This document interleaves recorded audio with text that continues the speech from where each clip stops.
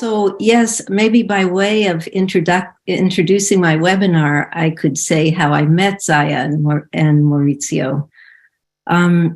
My life's work relates to human development, which I call by nature's design. And very early on in my career, really very early on in my life, I was always sensitive to things that seemed to go against the grain. And in studying human development, it was very clear to me that there's a blueprint that is granted to us with every birth of a child.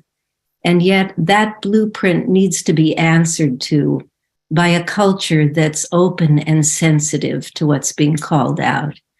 And what's being called out is so beautiful. And it doesn't only call out from the child, but it calls out from the community and the parents, a way of responding that has been erased in many ways by different cultures. And I needed to pursue a way of knowing, a culture that I felt knew how to answer to that calling from the child. And it turned out very early that was indigenous people on the planet that still carried ways of knowing, kinship, extended families, extended relations, right out to all relations, including animals and nature, and turns out right out to the stars. And I needed not only to study this, but at some point when I was able to, I actually found a way to in this case, to the Navajo Nation, which Lila introduced in her own way, in her own language. The people do not call themselves Navajo. Dene is their true name. And I was very fortunate to be invited in to work at a school that has its own very unique story in the context of a lot of the colonization. It was a reclaiming of itself, reclaiming of its teachings, reclaiming of its beautiful ways of knowing life, and in particular, its beautiful ways of greeting the child. And so that brought me to many years with my work on the Navajo Nation, and specifically at the Little Singer Community School, where Ysaye and Maurizio were able to bring a filming crew, and you'll be able to see their beautiful work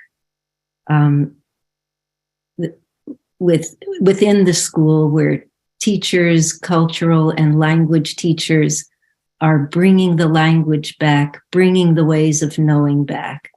My role there was as a psychological counselor and human development educator, which ironically, all of my social emotional curriculum are drawn from Indigenous people. So it was a way of building a bridge, they told me, that helped them come back to their own teachings. Ironically, that somebody from the outside would sometimes be able to see better the richness of people that for them had been taken away.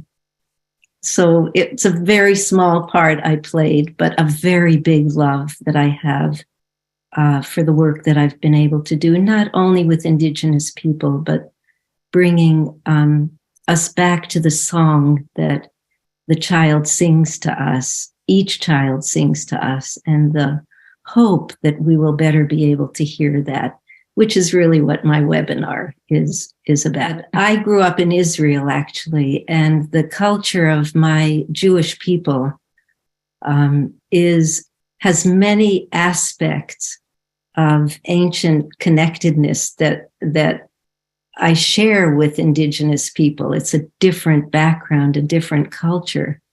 But I think in an odd sort of way, that the fact that I had my own roots in my own culture, in this day and age for Indigenous people, outsiders, for good reason, can be very threatening. So here was little Miriam with her own background, her own connection to people and heritage that made it pretty easier to, in some ways, connect because we could find our common ground and our common place in these circles of seasons and turning of the moon.